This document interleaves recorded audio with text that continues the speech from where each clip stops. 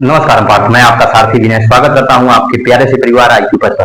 आशा करता हूं, विश्वास करता हूं आप अच्छे होंगे, अपना ध्यान अच्छे से रख रहे होंगे। एक बार सभी दोस्त बताएंगे कि आप कैसे हैं। उम्मीद है अच्छे हैं, अपना ख्याल अच्छे से रख रहे हैं और अपनी तैयारी को बेहतरीन जबरदस्त तरीके से कर रहे हैं। फिर उसके बाद हम लोग अपना बेहतरीन और अच्छी सी क्लास शुरू करते हैं। पॉलिटी में हम लोगों ने क्या मूल अधिकार को पढ़ना शुरू किया था। मूल अधिकार में हम लोगों ने इसको स्वतंत्रता के अधिकार को पढ़ना शुरू किया और इसको जो भाग हम लोग इसको भाग 3 मूल अधिकार के बारे में पढ़ रहे थे। मूल अधिकार, फंडामेंटल राइट को पढ़ रहे थे। और आज जो हम लोग अनुच्छेद किसको पढ़ेंगे, अनुच्छेद 20। कल हम लोगों ने अनुच्छेद 19 क ख ग घ जो अंग तक बहुत बढ़िया से च छ बहुत ही अच्छे से पढ़ा था इसको, ठीक है। और आज जो हम लोग पढ़ेंगे कौन, अनुच्छेद 20। अनुच्छेद 20 क्या कहता है, एक बार इसको आपको ध्यान रखिए, एक बार इसको आप देखो, ठीक है। ब्लर आ रहा है क्या भैया? नहीं तो ब्लर नहीं आ रहा है, ठीक चल रहा है, ठीक है, सब कुछ ठीक चल रहा है, ठीक है, हमारा सब कुछ ठीक चल रहा है। हमें लग रहा है ब्लर आ रहा था, ठीक है। तो हम लोग अनुच्छेद 20 को पढ़ रहे थे। अनुच्छेद 20 क्या कहता है, कह रहा है कि किसी अपराध, क्या कह रहा है कि किसी अपराध, क्या कहता है, किसी अपराध के लिए, किसी अपराध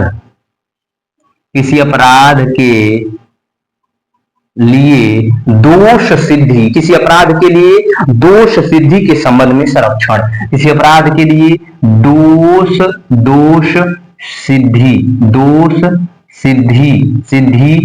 के संबंध में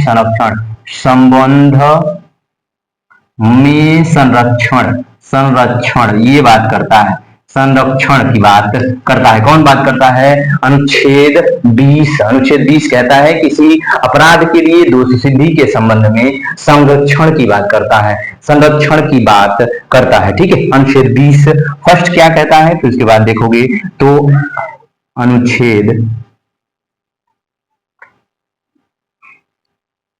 अनुच्छेद 20 सब क्लॉज ए, अनुच्छेद 20 ए कहता है, क्या कहता है, कोई भी कार्य तब तक अपराध नहीं है जब तक न्यायालय दोष सिद्ध नहीं कर देता।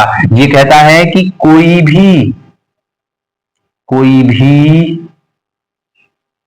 कार्य तब तक अपराध नहीं है, नहीं है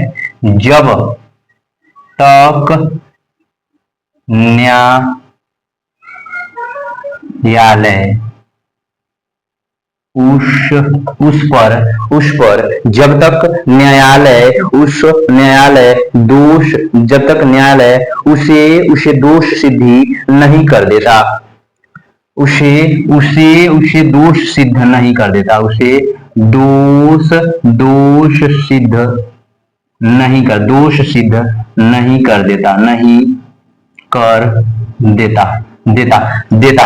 है, ठीक है, देता है। अनुच्छेद 20 फर्स्ट कहता है, अनुच्छेद 20 ए कहता है कि कोई भी दोष या कोई भी कार्य अगर आपको लग रहा है कि वो अपराध है, तो उसे अपराध तब तक नहीं माना जाएगा जब तक न्यायालय उसको दोषी न बना दे, दोष सिद्ध न कर दे, तब तक उसे आप अपराध नहीं बता सकते या फिर तब तक लिए आप उसको अपराध नहीं घोषित कर सकते। ये अनुच्छेद 20 ए कहता है। अनुच्छेद 20 ए क्या कहता है, एक बार मैं फिर कहना चाहूंगा कि कोई भी कार्य, अगर कोई भी व्यक्ति है तो आप कह देते हो ना कि अपराधी है, नहीं, वो अपराधी तब तक नहीं है जब तक न्यायालय उसके कार्य को दोष सिद्ध न कर दे, तब तक न तो वो व्यक्ति अपराधी है न ही वो व्यक्ति दोषी है, ठीक है, दोषी। फिर उसके बाद अगला आ जाता है कौन, इसमें आ जाता है एक फर्स्ट, इसमें क्या आ जाता है, ये फर्स्ट था और ये क्या है, ये सेकंड क्या कहता है, सेकंड इसमें यही बात करता है, ठीक है। सेकंड में ये बी अनुच्छेद आर्टिकल 20 बी, आर्टिकल 20 बी क्या कहता है, एक बार इसको भी आप ध्यान रखोगे, इसको भी ध्यान, दोहरे दंड से संरक्षण, दोहरे दंड से, दोहरे दंड से संरक्षण, से संरक्षण, दोहरे दंड से संरक्षण, नहीं समझे, नहीं समझे, बताता हूं, ठीक है। किसी व्यक्ति को, किसी व्यक्ति को, किसी व्यक्ति को एक एक एक अपराध के लिए, किसी व्यक्ति को एक अपराध के लिए एक बार ही सजा दी जानी चाहिए। किसी व्यक्ति को एक अपराध के लिए, एक अपराध के लिए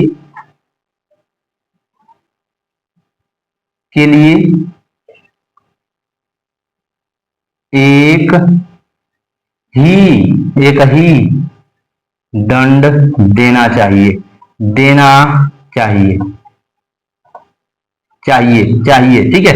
अर्थात, अर्थात, अर्थात क्या, एक दोष एक दंड, अर्थात क्या कह रहा है, एक दोष एक दंड, अर्थात ये कहता है कि एक दोष, अर्थात एक दोष एक दंड, ठीक है, एक दंड, समझ गए। इसको बहुत ही आसानी भाषा से मैंने बता दिया कि दोहरे दंड से संरक्षण, किसी व्यक्ति को एक अपराध के लिए एक ही सजा देनी चाहिए, मिलनी चाहिए, ये हमारा संविधान है, ये हमारा संविधान कहता है। ये अनुच्छेद एक कई अनुच्छेद 20 बी कहता है कि किसी कोई भी व्यक्ति अगर है तो अगर एक अपराध किया है तो उसके लिए एक ही दंड देनी चाहिए। अब देखते हुए यहाँ पे कोई व्यक्ति एक अपराध करता है, उसके ऊपर कई धाराएं लगा दी जाती है, कई धाराएं लगा दी जाती है। वो व्यक्ति एक झगड़ा किया रहता है, आप देखोगे तो उसके ऊपर मर्डर का भी चार्ज लगा दिया जाता है, वो बहुत सारे उसके ऊपर चार्ज लगा दिए जाते हैं। और ये पर्टिकुलर वो बस झगड़ा किया हुआ है, किसी का जान नहीं लिया हुआ, लेकिन आप देखते हो कोई व्यक्ति अगर किसी घर में देखोगे तो पकड़ा जाता है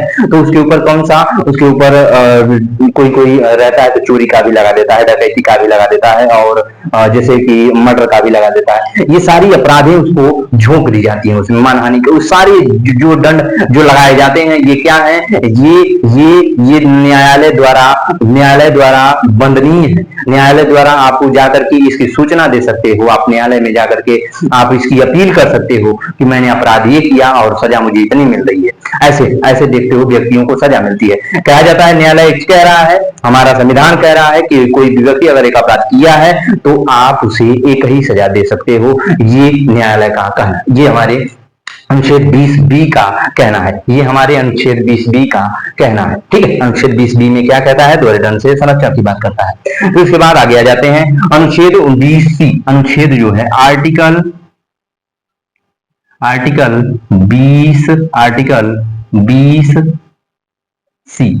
20 सी क्या कहता है, ये भी हम लोग देखेंगे, ये भी हम लोग थोड़ा सा देख लेते हैं, ठीक है। आत्म अभिशंसन से संरक्षण, क्या, आत्म अभिशंसन,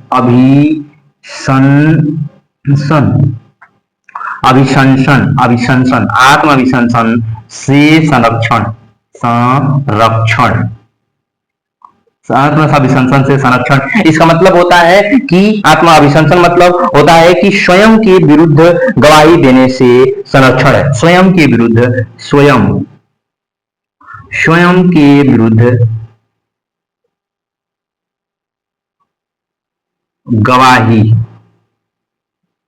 गवाही देने से संरक्षण, ठीक है, संरक्षण। स्वयं के विरुद्ध, किसी व्यक्ति को स्वयं के विरुद्ध गवाही नहीं दिया, जो दबाव नहीं दिया जा सकता कि तुम अपने विरुद्ध गवाही दो कि तुम अपराधी हो, तुम खून किए हो, तुम मर्डर किए हो, ये नहीं किया जाएगा। आप ही से कह रहा हूं, ठीक है, कि अनुच्छेद 20 सी कहता है कि आत्म अभिशंसन से संरक्षण है। आत्म अभिशंसन का मतलब होता है कि अपनी रक्षा के लिए आप स्वयं गवाही नहीं दे सकते कि मैं अपराधी हूं, ठीक है। ये पुलिस की दबाव में आकर के भी कर सकते हो, आपको कोई धमकी भी दे दिया जाएगा, तुम्हारे परिवार को मार देंगे, ये कर देंगे, कबूल कर लो, ये सभी नहीं किया जा सकता। तो कहा जाता है कि आपको आत्म अभिशंसन से संरक्षण दिया जाएगा कि आपको अपने खिलाफ अगर आप गवाही दे रहे हो वो मान्य नहीं होगा, उसके लिए संरक्षण है। आप आजाद हो, आपको अपने खिलाफ गवाही देने से लिए आपको बाधित नहीं किया जाएगा, दबाव नहीं डाला जाएगा। अब दबाव नहीं डाला जाएगा। अनुच्छेद 20C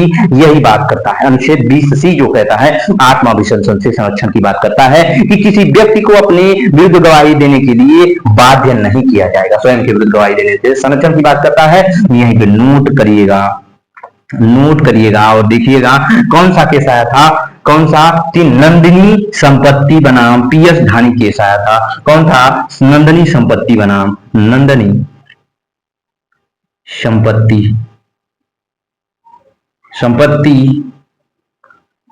बनाम PS धानी केस आया और इसमें ये कहा गया कि किसी भी व्यक्ति को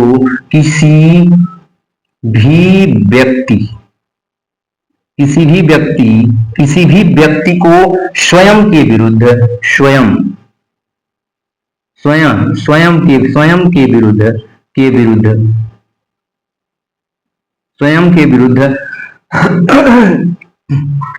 किसी भी व्यक्ति को स्वयं के विरुद्ध गवाही देने के लिए बाध्य नहीं किया जाएगा। स्वयं के विरुद्ध गवाही देने के लिए बाध्य नहीं किया जाएगा। बाध्य नहीं किया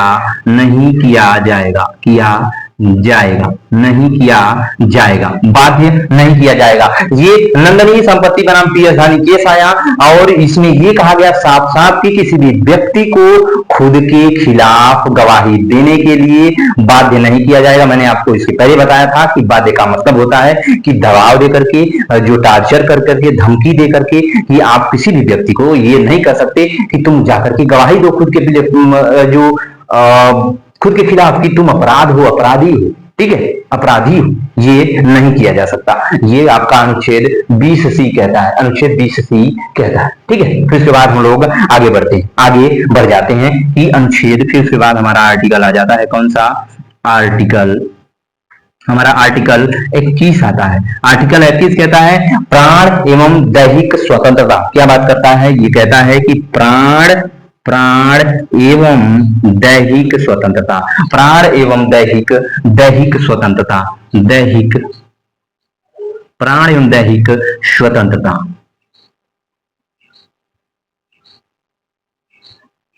प्राण एवं दैहिक स्वतंत्रता की बात करता है। प्राण एवं दैहिक स्वतंत्रता की बात करता है और किसकी कि भारतीय और विदेशी दोनों के लिए प्राप्त है। क्या ये? भारतीय और विदेशी दोनों के लिए, भारतीय और विदेशी जो होंगे दोनों के।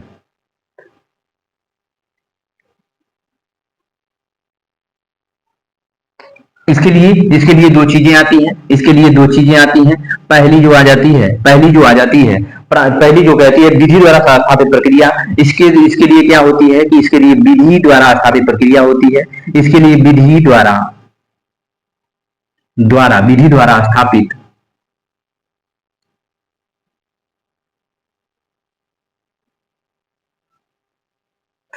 स्थापित प्रक्रिया की जाती है। विधि द्वारा स्थापित प्रक्रिया विधि द्वारा स्थापित प्रक्रिया है, प्रक्रिया की गई है। और ये कहां से? ये देखोगे तो ये ब्रिटेन से लिया गया है, और ब्रिटेन से लिया गया है। इसमें देखोगे कानून कौन बनाएगा? इसमें कानून विधायिका, इसमें कानून जो है विधायिका बनाती है, इसमें कानून विधायिका बनाती है। इसमें कानून कौन बनाएगा? विधायिका बनाएगी। ये कानून क्या बनाएगी? विधायिका बनाएगी। विधायिका कानून का निर्माण करती है। विधायिका जो है निर्माण करती है। किसकी? कानून का निर्माण करती है। और फिर उसके बाद न्यायालय जो है इसको लागू करता है। न्यायालय इसको क्या करता है? लागू करता है। निर्माण कौन करती है? विधायिका। कानून का निर्माण विधायिका करती है। और फिर उसके बाद इस विधायिका को न्यायालय क्या करेगा? न्यायालय लागू करेगा। इस विधायिका को, इस कानून को, जो विधि द्वारा जो स्थापित प्रक्रिया है, इसको कानून इस पे तैयार करेगा विधायिका, और विधायिका इसका निर्माण करती है, कानून बनाती है। फिर उसके बाद न्यायालय इसको लागू करता है। न्यायालय क्या करता है? इसको लागू करता है। अगर आप इसका उल्लंघन करोगे, अगर आप इस कानून का उल्लंघन करते हो, उल्लंघन करते हो, अगर आप इस कानून का उल्लंघन करते हो तो न्यायालय ही, न्यायपालिका ही इसका निपटारा भी करती है। निपटारा करेगी। इसका निपटारा कौन करेगा? इसका निपटारा करेगा न्यायालय इसका निपटारा करेगा। इसका निपटारा कौन करेगा? न्यायालय करेगा। निपटारा भी कौन करता है? न्यायालय इसका निपटारा करता है। फिर इसके बाद दूसरा आ जाता है, ये तो पहला था। दूसरा क्या है? दूसरा क्या आता है? अनुच्छेद दूसरा क्या है? अनुच्छेद 21 दूसरा क्या है? दूसरा क्या कहता है? दूसरा पॉइंट कौन है? तो विधि की सम्यक प्रक्रिया, विधि द्वारा प्रस्तावित प्रक्रिया, ये कहा ब्रिटेन से, और विधि की सम्यक प्रक्रिया, विधि की सम्यक प्रक्रिया ये अमेरिका के संविधान से लिया गया है। अमेरिका, किसको? अमेरिका, ये अमेरिका के संविधान से लिया गया है। विधि की सम्यक प्रक्रिया जो है, विधि की सम्यक प्रक्रिया अमेरिका से लिया गया है, ठीक है। ये न्याय संगत कानून होते हैं। ये कानून जो है न्याय संगत होते हैं। न्याय संगत कानून होते हैं। ये क्या होते हैं? कानून न्याय संगत कानून होते हैं। इसमें विधि की सम्यक प्रक्रिया जो होती है ये न्याय संगत कानून होते हैं, और ये निष्पक्ष और तात्कालिक न्याय मिलता है। इसपे जो होता है, इसपे निष्पक्ष और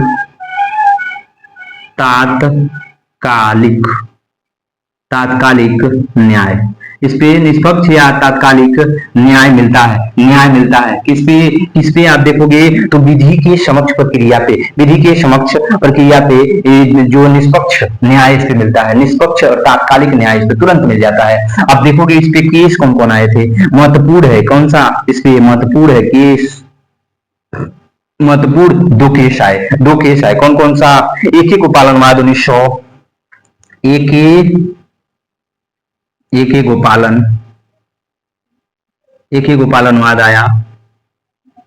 गोपालनवाद आया था 1951 में, और फिर उसके बाद दूसरा केस आया था मेनका गांधी बनाम भारत संघ आया था। मेनका गांधी बनाम भारत संघ, मेनका गांधी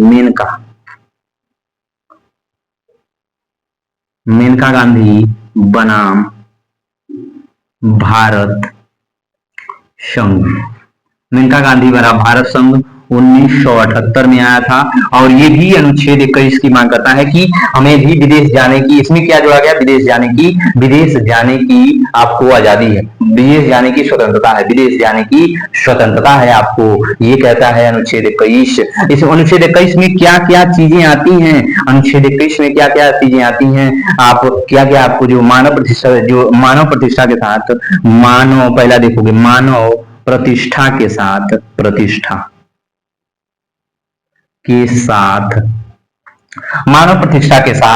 जीवन जीने का अधिकार,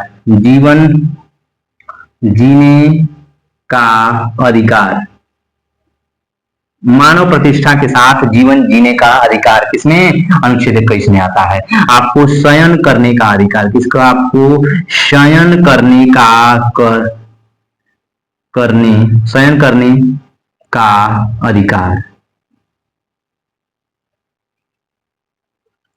का अधिकार, जो घूमने का अधिकार। देखोगे आपका ये अभी हमारा 25 में ही जोड़ा गया था, ये पीरियड का अधिकार क्या है? महिला पीरियड का अधिकार, जो महिलाओं को पीरियड से लेकर के लोगों में बहुत ऐसी क्या देख रहे थे कि कुरीतियां फैली हुई थी इनके पीरियड को लेकर के। तो इनको बहुत जैसे कि लाज की दृष्टि से देखा जाता था, हीन भावना की दृष्टि से देखा जाता था। वो अब अनुच्छेद 21 में इसको जोड़ दिया गया है कि महिलाएं जो पीरियड है वो उनका अधिकार है, और इस पे कोई भी कटाक्ष नहीं करेगा, कोई इसका उल्लंघन नहीं करेगा, नहीं तो ये अपराध है। आप देखोगे दूसरी चीज ये है कि क्या है आपका इसी में जो स्वच्छ वातावरण का भी अधिकार है। स्वच्छ वातावरण का अधिकार है। स्वच्छ वातावरण का अधिकार आपको मिलता है। स्वच्छ वातावरण का भी अधिकार आपको मिलता है कि मनपसंद मनपसंद व्यक्ति मनपसंद व्यक्ति से विवाह करने का भी अधिकार है। विवाह, मनपसंद व्यक्ति से विवाह करने का अधिकार है। मनपसंद व्यक्ति से विवाह करने का भी अधिकार है। कई अधिकार है इसमें दिए गए हैं, जैसे जैसे विदेश जाने का भी अधिकार इसमें जोड़ा गया था। हथकड़ी लगाने के विरुद्ध भी अधिकार है इसमें। स्वच्छ चिकित्सा का अधिकार है इसमें। बहुत से इसमें अधिकार दिए गए हैं। बहुत से अधिकार अनुच्छेद 21 में दिए गए हैं। अनुच्छेद 21 में दिए गए हैं। ठीक है, अनुच्छेद 21 में बहुत से अधिकार दिए गए हैं। ठीक है, देखिए कितना हुआ, इतना रहने देखिए और भी लिखवाएं आगे चल के। ठीक है, तो इसमें बहुत से अधिकार है। शयन करने का भी अधिकार है। फिर उसके बाद देखोगे तो सार्वजनिक फांसी लगाने का भी अधिकार आपको दिया जाता है। सार्वजनिक फांसी लगाने का भी अधिकार है आपको। आपको आपको जो दूसरी चीज ये है कि जो आपको खाने का भी अधिकार है, सोने का भी अधिकार है, पीने का भी अधिकार है। ये सारे अधिकार आपको मिल रहे हैं। ठीक है, जो ये सभी चीजें, पर्यावरण, जो पर्यावरण का भी अधिकार है। यौन उत्पीड़न का भी अधिकार है। यौन उत्पीड़न का भी अधिकार आपको दिया गया है। यौन उत्पीड़न का भी अधिकार आपको अनुच्छेद 21 में दिया जाता है। ठीक है, स्वच्छ पर्यावरण का भी अधिकार है। अगर आपको स्वच्छ पानी नहीं मिल रही है, स्वच्छ आपको हवा नहीं मिल रही है, तो ये भी अधिकार है। आप सरकार के खिलाफ प्रोटेस्ट कर सकते हो, ये मांग कर सकते हो, ये भी आपके पास अधिकार है। आप अगर जो अभी आपको एक केस मिला हुआ था, कहाँ पे, गाजियाबाद का केस था। जो व्यक्ति का जो एक्सीडेंट हो गया था, 24 साल से वो व्हीलचेयर पे था और वो अनुच्छेद 21 के लिए उस व्यक्ति को, उनके माता पिता अनुच्छेद 21 के तहत उसके प्राण की जो गुहाई मांग रहे थे कि इसके प्राण लिए जाए। अनुच्छेद 21 के तहत वह प्राण दैहिक स्वतंत्रता की बात करता है। तो ये भी इच्छा मृत्यु की मांग कर रहे थे। उसके माँ बाप क्या कर रहे थे, ये इच्छा मृत्यु की मांग कर रहे थे। ठीक है, तो अब चल के 2025 में उसे इच्छा मृत्यु दिया गया था। उसको मृत्यु दिया गया था। वेंटिलेटर और जो मास्क, जो वेंटिलेटर उसका था मुंह पे लगा हुआ था, वो उसको हटाया गया और लाइव उस व्यक्ति की मृत्यु हुई। और ये अनुच्छेद 21 में ये केस भी जुड़ा गया। इच्छा मृत्यु का अधिकार व्यक्ति को होना चाहिए। तो इच्छा मृत्यु का सबसे पहला केस जो आया था, तो आपको गाजियाबाद का ये केस था। उस व्यक्ति को जो लाइव वीडियो देखा, जो चला करके सुप्रीम कोर्ट ने आदेश दिया कि इस व्यक्ति को इच्छा मृत्यु जो प्रदान किया जाए, और उस व्यक्ति को इच्छा मृत्यु दिया गया। उसके मुख से वेंटिलेटर हटाया गया और उस व्यक्ति की मृत्यु हो गई थी। आराम से उस व्यक्ति मरा। और ठीक है, फिर उसके बाद हम लोग कल जो पढ़ेंगे अनुच्छेद 21 फर्स्ट पढ़ेंगे, जो शिक्षा का अधिकार है, जो आपको क्या कहता है, शिक्षा का अधिकार की बात करता है। और फिर उसके बाद 22, 23, 24 ऐसे पढ़ते चले जाएंगे। ध्यान रखिएगा, ख्याल रखिएगा। कैसी लगी वीडियो, फीडबैक जरूर दीजिएगा। ठीक है, नमस्कार।